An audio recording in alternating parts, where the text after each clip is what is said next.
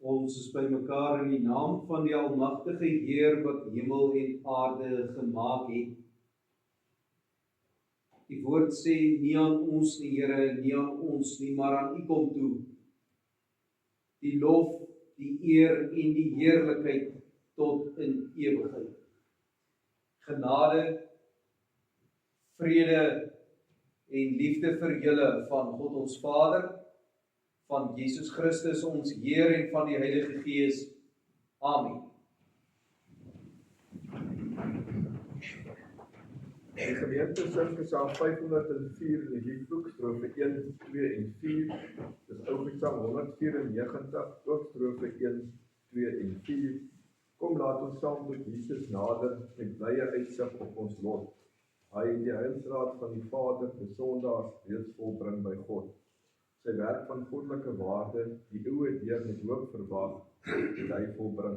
Loof hemel, aarde, loof hom, die lam vir ons geslag. Psalm 504 in die liedboek, strofe 1, 2 en 4. Dis ou Psalm 194, ook strofe 1, 2 en 4.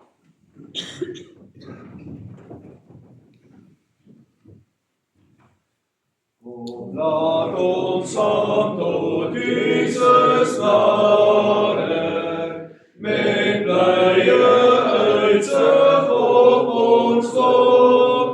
Hy het die heilsraad van die Vader vir sondaars reeds volbring by God. Sy werk van goddelike waarde, die eeuwe leer met hoop verwag, het hy volbring, loof hemel aarde, loof hom die lam vir ons geslag. O Jesus, U verlossingsdade, bevry ons van die sondestraf. Die God behaag en in genade, wend hy sy oordeel van ons af. Nooit kan ons deur ons eie strewe self voor die heilgereg bly staan. U kruis die boom van nuwe lewe, en tedenspoort weer oop laat gaan. Soos vast beloof aan voorgeslagte, voldoen U aan die heilgereg. Gewillig loop U as veragte, alleen die donker lydens weg. Alleen drink U die lydensbeker, U dra ons ongeregtigheid. Die vonnis maak ons vryspraak seker. O groot is U barmhartigheid. Na die wet sing die gemeente Psalm 260 in die liedboek, strofe 2 en 8. Dis ou Psalm 245, ook strofe 2 en 8. En na die belydenis, Psalm 602 in die liedboek, strofe 3 en 4. Dis ou Psalm 177, ook strofe 3 en 4. Gemeente, waaruit ken ons sonde en ellende? Ons ken dit in die wet van God. Luister dan met aandag na die wet van die Here, soos dit vir ons opgeteken is in Eksodus 20. Toe het God al hierdie gebooie aangekondig. Ek is die Here jou God, wat jou uit Egipte, in die plek van slawerny bevry het. Jy mag naas my geen ander gode hê nie. Jy mag nie vir jou beeld of enige afbeelding maak, van wat in die hemel daarbo, of op die aarde hieronder, of in die water onder die aarde is nie. Jy mag hulle nie vereer of dien nie. want ek, die Here jou God, eis onverdeelde trou aan my. Ek reken kinders die sondes van hulle vaders toe, selfs tot in die 3de en 4de geslag van die wat my haat. Maar ek betoon my liefde tot aan die 1000ste geslag van die wat my liefhet en my gebooie gehoorsaam. Jy mag die naam van die Here jou God nie misbruik nie, want die Here sal die een wat sy naam misbruik, nie ongestraf laat bly nie. Sorg dat jy Sabbatdag heilig hou. 6 dae moet jy werk en alles doen wat jy moet, maar die 7de dag is die Sabbat van die Here jou God. Dan mag jy geen werk doen nie. Nie jy, of jou seun, of jou dogter, of die man of vrou wat vir jou werk, of enige dier van jou, of die vreemdeling by jou nie. Die Here het in 6 dae die hemel en alles daarin gemaak, die aarde en alles daarop, die see en alles daarin. Op die 7de dag het hy gerus, en daarom het die Here dit as gereelde rusdag ingestel en dit geheilig. Eer jou vader en jou moeder, dan sal jy lank bly woon in die land wat die Here jou God vir jou gee. Jy mag nie moord pleeg nie, jy mag nie egbreek pleeg nie, jy mag nie steel nie, jy mag nie vals getuienis teen 'n ander gee nie, jy mag iemand anders se huis begeer nie, jy mag nie sy vrou begeer, ook nie 'n slaaf of slavin, 'n bees of 'n donkie, of enigiets anders wat aan hom behoort nie. Aangesien ons nou weer opnuut ons sonde en ellende uit die wet leer ken, dat ons skuld bely in die sin van Gesang 260 in die liedboek, is ou Gesang 245, strofe 2 en 8.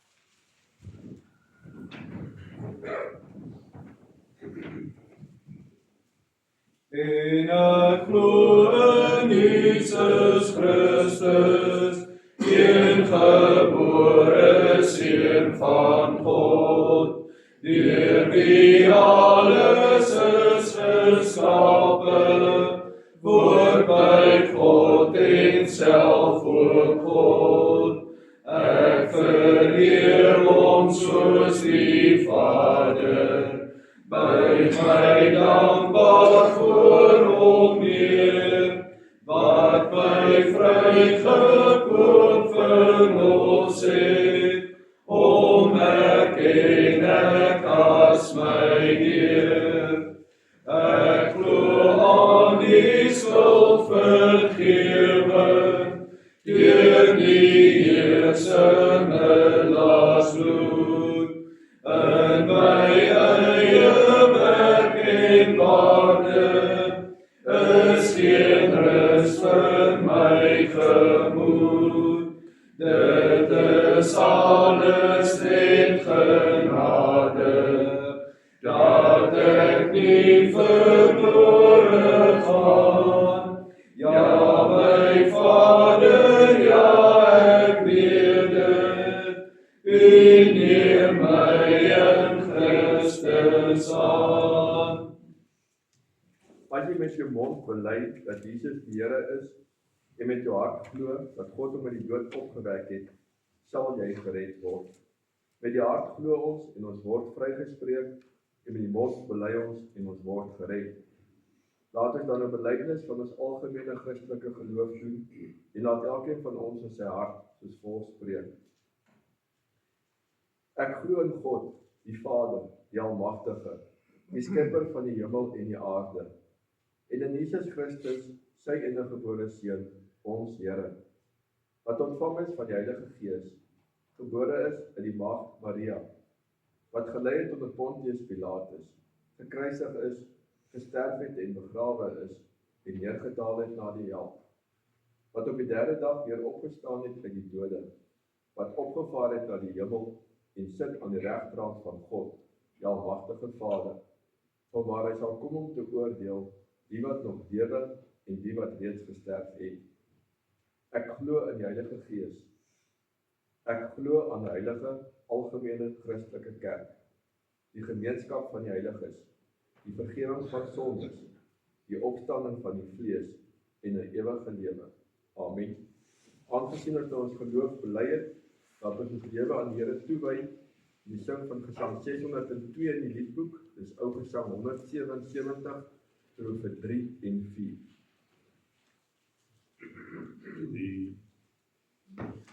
Die Here droog al die trane af, verby is droefheid dood, ja, pyn en smart, wyk uit die hart, ons moeite, angs en nood. Kyk, maak alles nuut, sê God, laat wat ons het kom, en hy sal vind, hy is my kind, ek is 'n God vir hom.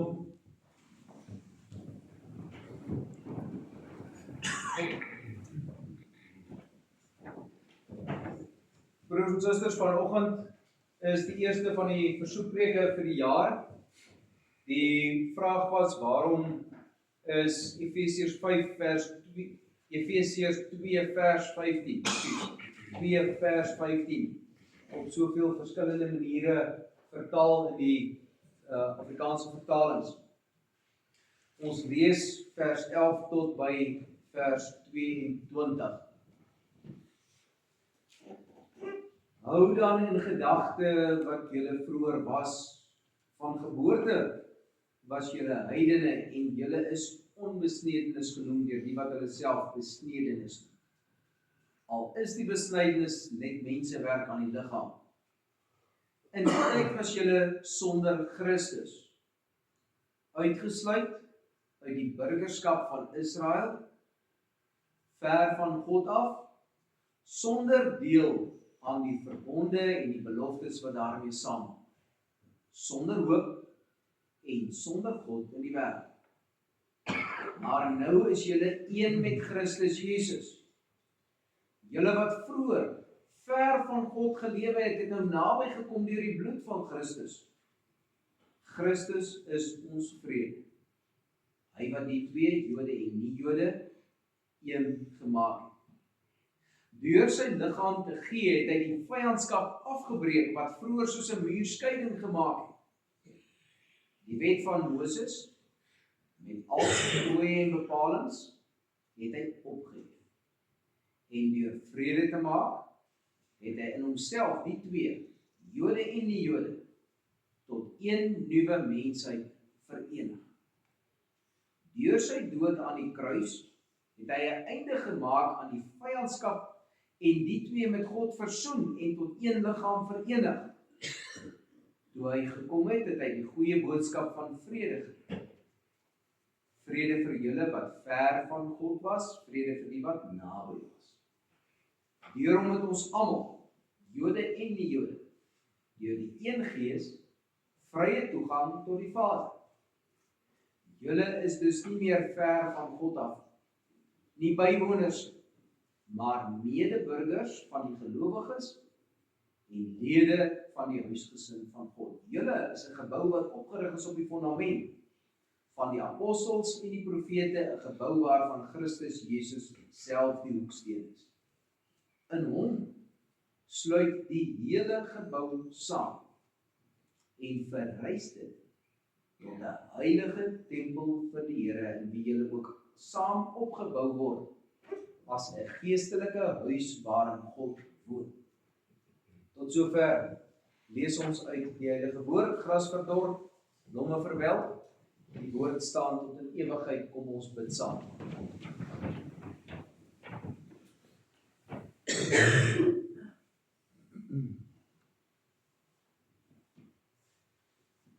Ons troue hemelse Vader, met ons siel en gees buig ons nederig voor U, want U is die Almagtige. U ken alles en U verstaan alles. En ons ken bitter min en ons verstaan bitter min. U is ewig en genadig en heilig en sondeloos. En ons is aards en tydig en sondig. Ons kan nie baie ver vooruit beplan nie, Heer. Ons kan nie baie ver ken en verstaan nie. Ons insig is te min. En ons siele is gebroken. Maar in U heiligheid en in U alwetendheid raak U ons aan. U maak dit vir ons moontlik om te verstaan. U gee ons die gawe van geloof. U laat die woord vir ons oopgaan, Heer.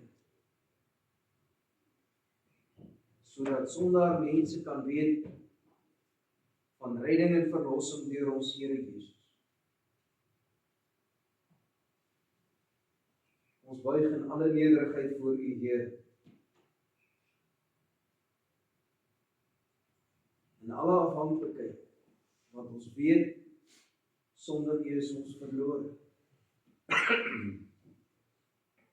Ons vra dat die woord sal oopgaan. Ons bid om weer aangeraak te mag word deur U Heilige Gees. Ons vra dat U sal wegvat wat skeiding maak tussen U en ons. Ons vra vir die rustigheid in ons harte wat net van U kan kom. Alles in Christus naam. Amen.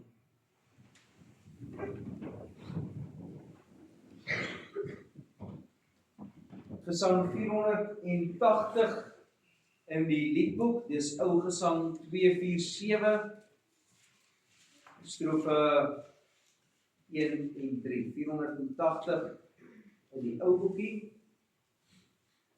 en 480 in die liedboek, 247 in die ou boekie, strofe 1 en 3.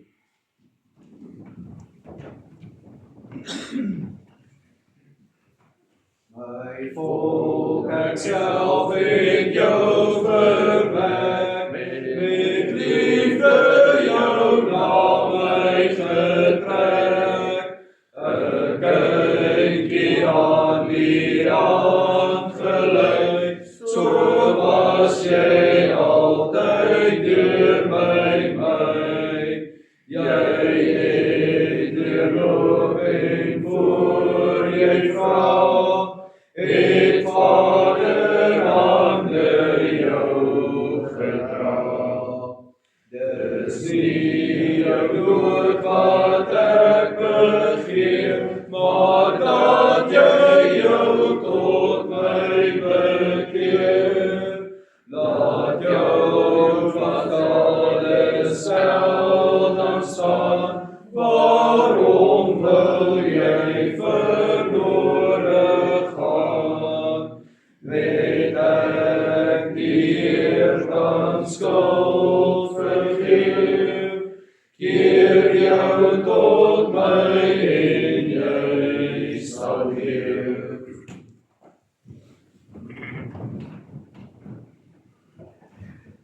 Liewe broers en susters in ons Here Jesus Christus, vanoggend se preek is so 'n bietjie meer soos 'n lesing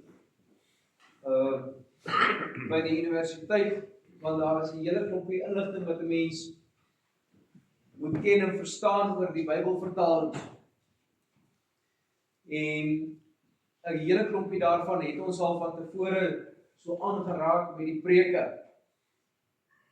Die vraag is basies, as 'n mens gaan kyk na die manier hoe Efesiërs 2 vers 15 vertaal is, in die 33-53 vertaling en dan in die 83 vertaling en dan in die 2020 vertaling, dan is dit duidelik, dit is nie alles dieselfde gedoen nie. En dan vra die lidmate maar, hoe en hoekom en waarom, wat is dan nou een wat reg is? Nou om vir u vooraf te sê, broers en susters, daar is baie mislike woorde wat gesê word oor hoekom hierdie vertaling dan nou eerder korrek sou wees en hoekom daardie een dan nou 'n bose vertaling is en dies meer. Ons moet 'n paar saakies in gedagte hou.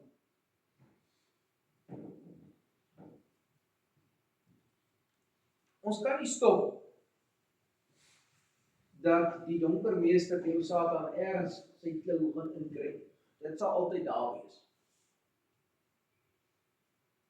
Terselfdertyd moet ons ook die almag van ons hemelse Vader in gedagte hou. En dis hy wat sy kerk bewaar en dis hy wat sy woord bewaar. Die oudste Nuwe Testament teks wat bestaan is 'n flentertjie papierus wat omtrent so groot soos 'n A6 is. Bietjie kleiner as 'n mens se hand. En die stukkie kom hier uit die jaar 90 na Christus of die jaar 120 na Christus. Ergens in daai tydjie is hy geskryf. En hy bestaan nog oorspronklik. En as mens daardie ou stukkie papierus vat en 'n mens vertaal hom en vergelyk dit met dit wat in enige een van die vertalings geskryf staan, dan sien ons dit vertel vir ons dieselfde storie. Die een vertaling vertel dalk so 'n bietjie meer so, die ander vertaling dalk so 'n bietjie meer so. Jy kan met groot gerusheid enige een van die 3 bekende Afrikaanse vertalings vat en by die huis gaan lees. Iemand wat baie wil beklei oor watter vertaling nou die korrekte een sou wees en watter een dan nou so boosaardig sou wees, sê eintlik maar net dat hulle bitter min van Bybelvertaling verstaan.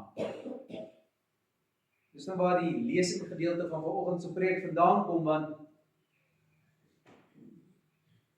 daar is 'n hele paar sake wat 'n mens altyd in gedagte moet hou. Die Griekse teks van hierdie gedeelte wat ons gelees het vanoggend, van vers 11 af tot by vers 22. Die Griekse teks is net 3 lang sinne, wat dan nou alles in een sit. En ons ou 33-53 vertaling het dit op 'n soortgelyke manier met 3 sinne. Die 83 vertaling het dieselfde teks in 13 sinne geskryf. En die 2020 vertaling het dit in 7 sinne. So nou moet ons 'n bietjie kop hou en van 'n punt af werk. Die een belangrike ding, dit het u al 'n paar keer gehoor, mens moet weet, daar is verskillende Griekse tekste. Daar is nie net een Griekse teks nie. Daar is verskillende Griekse tekste. En dis die hoofrede hoekom die Bybelvertalings van mekaar verskil. Die 33-53 vertaling is uit die een groep Griekse tekste gedoen. En die 83 en die 2020 vertaling is uit 'n ander groep tekste verskil. En om dit maar baie aards te verduidelik. Soos wat 'n mens 'n Ford bakkie en 'n Toyota bakkie en 'n Mazda bakkie en 'n Isuzu bakkie kry mens die verskillende Griekse tekste. Soos wat die bakkies van mekaar verskil die Griekse tekste. Op die ou end, as die akademiese mense nog gaan werk met die Griekse tekste, dan kom hulle agter, maar hierdie teks is waarskynlik die beter een. Ons werk 'n bietjie meer met hom, maar ons gooi nie die ander weg nie. Waar kom dit vandaan, dat daar nou verskillende Griekse tekste is? In ons tyd is 'n ding soos plagiaat 'n ernstige iets. Iemand mag nie namens iemand anders skryf nie, en jy mag nie iets van iemand anders aanhaal sonder om te sê wie dit is nie. In die Bybelse tyd was dit amper die teenoorgestelde. In die Bybelse tyd het die mense 'n bietjie meer vryheid gehad om die verhaal van die Bybel te vertel. As iemand 'n paar woorde hierdie kant bysit of hy sê 'n paar woorde, laat hy weg daai kant toe, maar hy bly by die hooflyn, dan was dit aanvaarbaar geweest.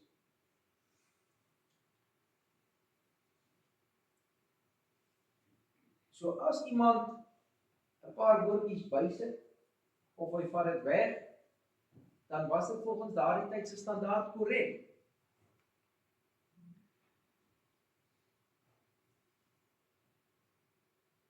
in die jaar, omtrent in die jaar 62, het 'n bietjie vroeër begin. Ons Here Jesus is gekruisig of in die jaar 27, 28 of 30. Vroeër jare het almal aangeneem Christus is gekruisig in die jaar 33. Dit is waarskynlik nie korrek nie, dit is so raps vroeër gewees. Nou van Jesus se kruisiging en opstanding af, sê maar rowweg in die jaar 30, tot hier by die jaar 62, het die Christene en die Jode saam kerk gehou. Op daai stadium was dit nog een gemeenskap gewees. Maar in die jaar 62 was daar een van die profete van die gemeente in Jerusalem wat 'n boodskap ontvang het en vir die mense gesê het, Jerusalem gaan vernietig word, julle moet vlug. Toe vlug die Christene.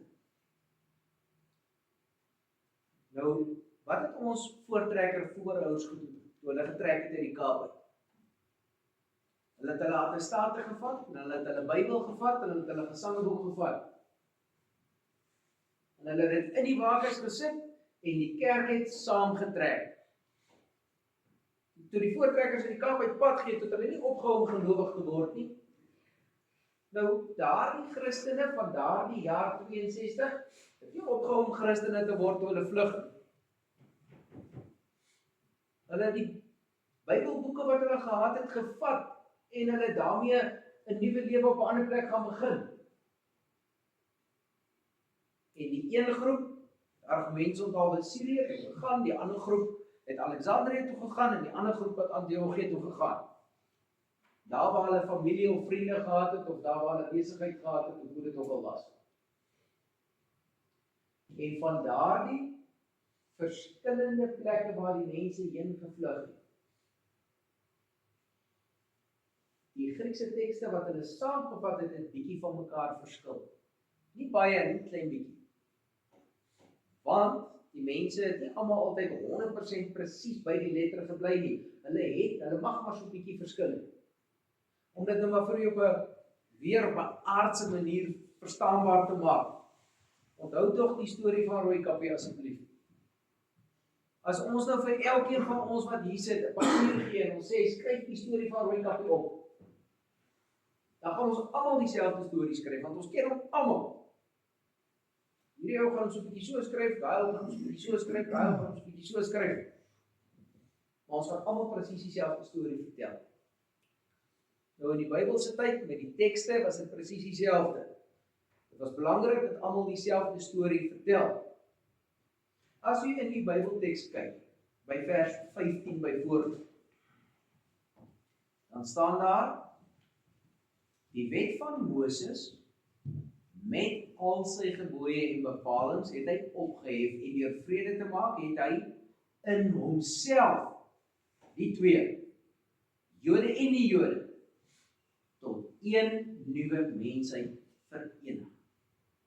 Nou die een Griekse teks sê, deur vrede te maak het hy die twee, Jode en die Jode, tot een nuwe mensheid verenig. En die ander Griekse teks sê, deur vrede te maak het hy in homself die twee, Jode en die Jode, tot een nuwe mensheid verenig. Dit is hoe die tekste van mekaar verskil. En dit is nou duidelik, dit maak geen verskil aan die groter prentjie wat oorgedra word. Dit is die een rede hoekom Bybeltekste partykeer van mekaar verskil, want die Griekse teks verskil van mekaar. En dan kom daar nou 'n tweede saak by, en dit is die ding van vertaalteorie. Dit wil sê, hoe vertaal ons daardie Griekse teks in vandag se taal? En die voorbeeld ken u almal al. As ons in Engels moet sê, ek kruip onder die tafel deur. Jy kan maak net wat jy wil, jy kan dit nie in Engels sê nie, want dit is nie Engelse gedagte nie. Om een of ander rede, ergens in die geskiedenis, het dit nooit so ontwikkel, dat 'n mens daardie eenvoudige sin behoorlik in Engels kan sê. 'n ander voorbeeld is as 'n mens sou sê, Dis nou iets uit die wêreld uit. Die donkie hardloop dat die stof so staan. Hoe sê mens dit in Engels? Jy kan dit nie in Engels sê nie, al probeer jy hoe, watter kant. Goed, so nou sit ons is nou mense wat tot 'n mate almal Afrikaans en Engels verstaan, en ons kan nie twee tale van ons eie tyd behoorlik by mekaar uitkry nie. Nou as ons die Griekse teks vat, en ons moet dit in Afrikaans oorsit, dan sit ons met dieselfde probleem. Daar's 'n rede hoekom ons so Afrikaans sê dis Grieks. As jy nou in die Bybel kyk, ons gaan nou na die ou vertaling luister. Vers 14, vers 15, vers 16 is alles een sin. Hier staan, want hy is ons vrede.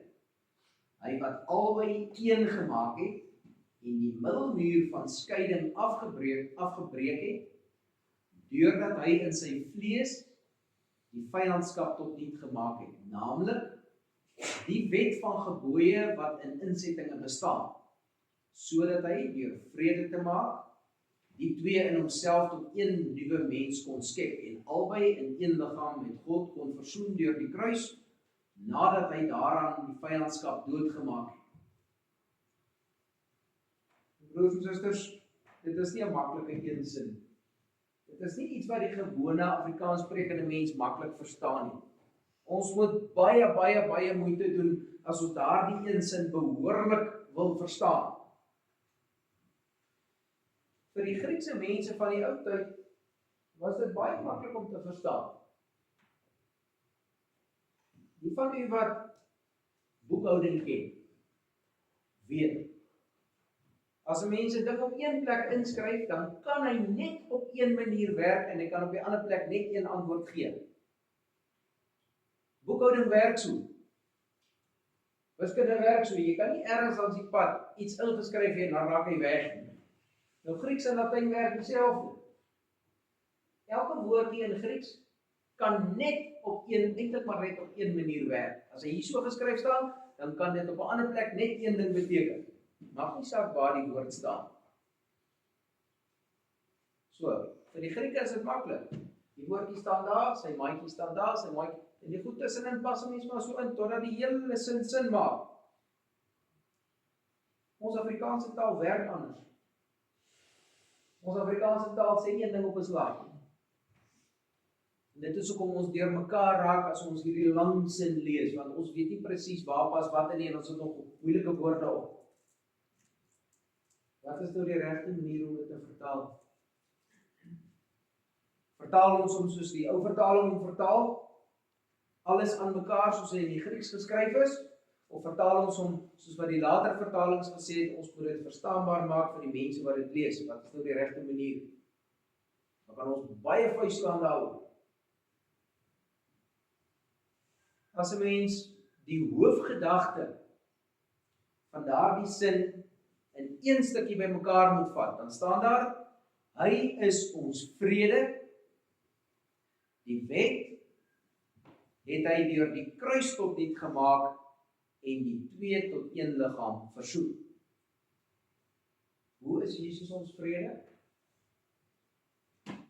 Hy is ons vrede want ons weet, omdat Jesus in ons plek gekruisig is en opgestaan het uit die hel, is daar nou vrede tussen ons en God. Dis hoe dit werk, dis wat daai sinnetjie beteken. En dan nou verder sê hy, die wet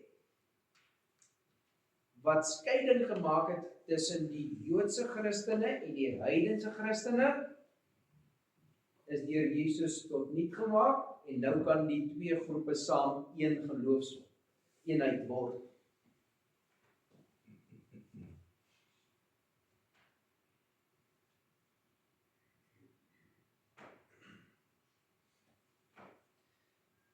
En nou kan ons so 'n bietjie na die agtergrond van die teks gaan kyk, dat dit bietjie meer verstaanbaar is. Die eerste gelowiges was mense uit die Jodendom. Jesus en sy disippels het almal uit die Jodendom uitgekom. En toe 'n rukkie nadat hulle begin het met die verkondiging, toe daar mense gelowig geword wat uit die ander volke van die Romeinse ryk uitgekom het. Hulle was Kelte, of hulle was van hierdie volk, of hulle was Grieke, of hulle was van daardie volk gewees. En nou die bekleierery begin, want wie mag nou gelowig wees en wie mag nou nie gelowig wees nie? Die Ou Testament het sy reëls. Die Ou Testament sê, jy moet hierdie, jy moet dit, jy moet dit, jy moet dit. En die gevolg is, in die gemeentes in die buiteland van Israel, was daar maar partykeer 'n bietjie bekleierery en daar was benoudheid geweest. Want daar was van die ouens wat gesê het, ons glo in Jesus, maar ons wil nie al hierdie Joodse reëls nakom nie. Ons sien nie kans vir die besnydenis nie. Wat word nou van ons? Terwyl die Joodse gelowiges weer gesê het, maar ons is bietjie beter, ons is bietjie ouliker. Ons is nou die eerste klas Christene en die ouens uit die heidendom, hulle is nou die tweede klas Christene. Want hulle is nie bereid om al die Ou Testamentse reëls na te kom. En daardie agtergrond moet 'n mens hierdie stukkie verstaan. Nou skryf die apostel Paulus vir die mense in die gemeente en hy verduidelik vir hulle hoe werk die ding om hulle bymekaar te bring. Die Jood, die Joodse Christen wat uit die Jodendom uitkom, hy staan met die wet in sy hand. En die wet sê vir hom, jy moet so, jy moet so, jy moet so, en al wat hy daardeur kan leer. Jy's 'n sondaar, jy het verlossing nodig. So maklik so dit. Jesus is jou verlosser. Langsom staan die ou wat uit die heidendom uit 'n Christen geword het en hy besef, maar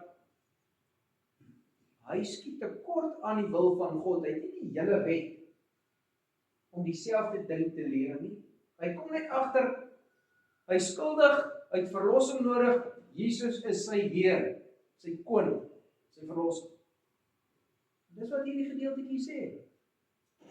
Hy is ons vrede. Die wet wat skeiding gemaak het tussen die twee groepe, die Joodse Christene en die heidene Christene, Christus het dit tot niet gemaak, want hulle het almal geleer, hulle het almal besef, hulle is almal afhanklik van verlossing deur Christus. So hulle hoef nie onder mekaar te beklei nie, hulle kan in rus en vrede leef, hulle kan mekaar in die geloof aanvaar, en hulle kan aangaan met hulle lewens. Dis deur daardie agtergrond wat ons hierdie gedeelte moet verstaan. Maar omdat dit so 'n lang gedeelte is, het die een vertaler, toe nou groep vertalers gesê, ons deel hom so op, die ander groep vertalers het gesê, ons deel hom so op, en op daardie manier het hulle probeer om 'n verstaanbare teks vir ons te gee. Kom ons kyk nou na die hele gedeelte wat ons gelees het, en wat dit alles beteken. Van vers 11. Hou dan in gedagte wat julle vroeër was. Hy verwys dan na die tyd voordat hulle in Jesus geglo het. Van geboorte was julle heidene. Julle is onbesnedenis genoem deur die wat hulle self die besnedenis noem. Al is die besnydenis net mense werk aan die liggaam. Daar verduidelik hy nou die spanning wat daar tussen die twee groepe geleef het, want die besnydenis was 'n baie bekende teken van die Jodendom in daardie tyd. Nou verwys hy verder. Wat was die toestand wat die mense van die heidendom ingeleef het voordat hulle gelowig geword het? In die tyd was julle sonder Christus. Hulle het nie in die Here Jesus geglo nie, hulle het hom nie geken nie. Uitgesluit uit die burgerskap van Israel. Logies, want hulle was nie gelowig. Ver van God af, sonder deel aan die verbonde en die beloftes wat daarmee saamkom, sonder hoop en sonder God in die wêreld. Dit is die toestand van enige heiden in die wêreld. As hy nie Christus ken nie, het hy nie hoop nie. Nou gee hulle die nuwe nuus, die goeie nuus van die evangelie. Nou is julle een met Christus Jesus. Julle wat vroeër ver van God geleef het, het nou naby gekom deur die bloed van Christus. Dit wil sê, omdat hulle in Christus glo, is hulle ingelyf by die geloofsgemeenskap. Christus is ons vrede. Hy wat die twee, Jode en nie-Jode, een gemaak het. Net op 'n sylyn, die 83 vertaling praat van Jode en nie-Jode. In die oorspronklike teks praat hulle van Judeërs en Grieke. As hulle gepraat het van Grieke, dan was dit die begrip wat hulle gebruik het vir mense wat nie Joods gebore is nie. Die Grieke was al die ander mense wat nou eers heidene was. Deur sy liggaam te gee, so, deur Jesus se kruisiging, het hy die vyandskap afgebreek. Die wet van Moses met al sy gebooie en bepalings het hy opgehef. Die Jode het met die wet gestaan, die Christene, latere Christene nie, en deur Christus se kruisiging het hulle altyd besef, dit is waaroor dit gaan. En dan verduidelik hy dit nou van daar af verder, oor die vrede wat gekom het, en die eenheid wat daar in die geloof is. Julle is dus nie meer ver van God nie, nie bywoners nie, maar medeburgers van die geloof is en lede van die huisgesin van God. En dan verduidelik hy dat hulle 'n gebou is wat groei. Die groot vraag is, waar laat dit ons? Vir u en vir my waar ons vandag hier leef. Maak dit nou 'n verskil? Watter een van ons nou 'n Duitse oupa of 'n Franse oupa of hierdie of daai oupa gehad? Maak dit nou 'n verskil of ons nou 'n oupa grootjie gehad het wat 'n barre heiden was? Maak dit nou 'n verskil as daar een van ons dalk sou wees wat nou eers 5 jaar terug die eerste keer in sy lewe van Christus gehoor het en ook nou deel is van ons geloofsgemeenskap in die gemeente? Maak ons nie verskil nie. Ons iemand glo of hy glo nie, as hy glo is hoort hy hier, as hy nie glo nie, hoort hy nie hier nie, dan kan ek hom sit en luister en ons bid dat hy geloof ontvang. Dis so maklik soos dit. Maak nie saak watter groot pad pa of oupa grootjie hier of daar of wat gedoen het nie. Ons gaan nie instaan vir die ander mense se foute nie en ander mense gaan nie instaan vir ons foute nie. Ons gaan elkeen alleen voor die troon van God staan en ons kan dan net een ding sê en dit is ons is skuldig, maar ons het geglo en ons bid om die versoening omdat Christus in ons plek gesterf het. So maklik soos dit. Daardie beginsel wat hier aangeraak word.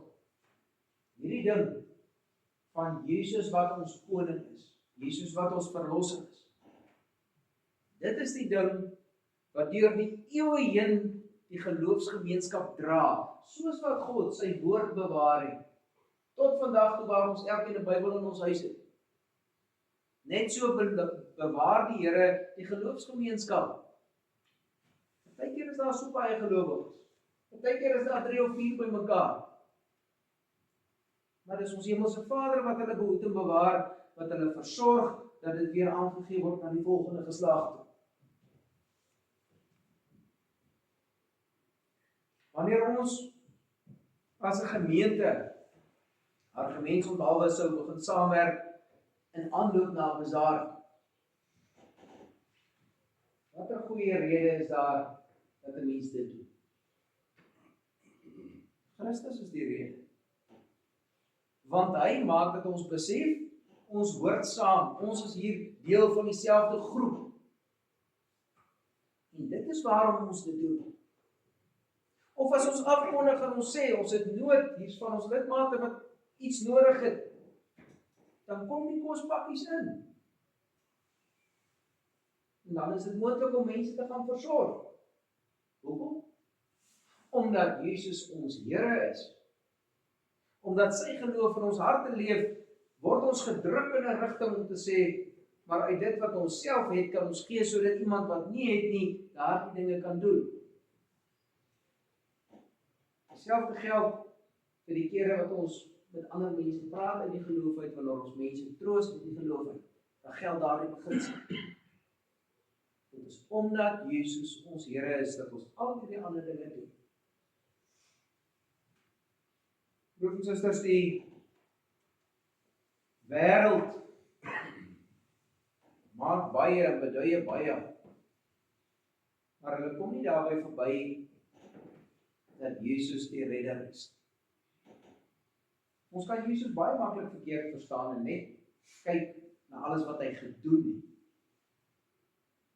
In die oomblik as dit oor Christus se kruis en sy opstanding gegaan het, dan kyk die wêreld met 'n ander oog. Die geloofswêreld kyk met dankbaarheid na die kruis en die opstanding, en die heidendom skop vas. Vir u en vir my, Jesus is ons Heer, hy is ons Meester, en ons volg hom na die beste van ons vermoë vir elke dag van ons lewe.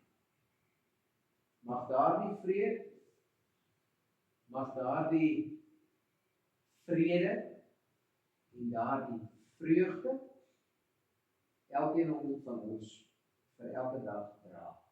Amen. Kom ons bid saam.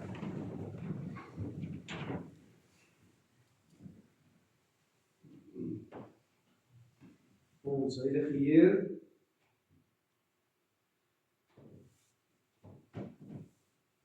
waar sou die wêreld tog wees sonder u genade? Waar sou die wêreld gewees het as u na die sondeval teruggestaan het en maar net alles laat gaan? Waar sou elkeen van ons in ons lewens wees as u nie ingryp en keer, as u nie vertroos en bemoedig, as u nie in ons harte werk om ons te vermaan, en as u ons nie nader trek.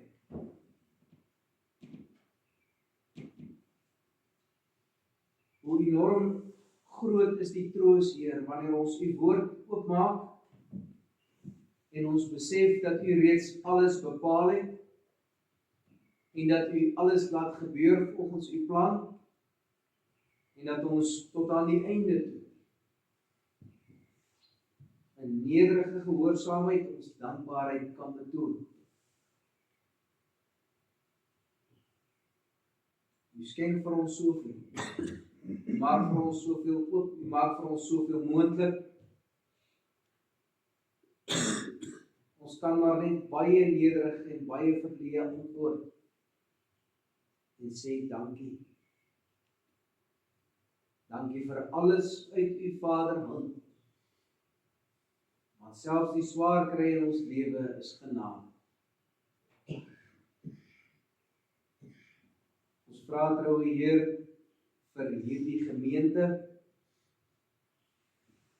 dat u in elke een van ons se harte sal werk, en dat ons alles mag ontvang wat nodig is. Ons vra Heer dat ons meer en meer onsself kan afsterf, dat ons dit wat boos en lelik is kan los, en dat ons die evangelie mag uitlewe tot die eer. Net so bid ons vir elke ander gelowige wat naby en ver is, hier in en om ons streek, maar ook regdeur ons hele land en regdeur die hele wêreld. Dat elkeen van u kinders weer en weer nader aan u getrek mag word.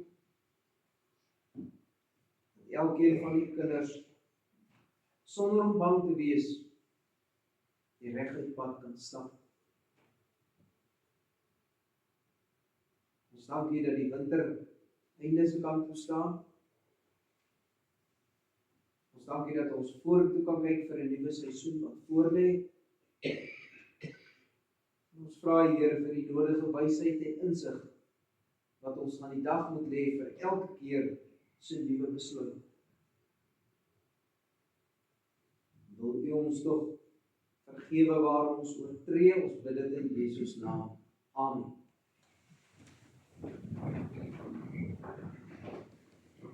Gesang 478 in die liedboek, Ou Gesang 333. Ons sing die eerste en die tweede strofes. Die vaste fondamente het God sy kerk gebou, apostels en profete het ons dit vertrou. Hy roep uit alle volke, 'n volk van hom saam, een in geloof en werke, een in sy heilige naam. 478 in die liedboek, 333 in die ou boekie, strofes 1 en 2.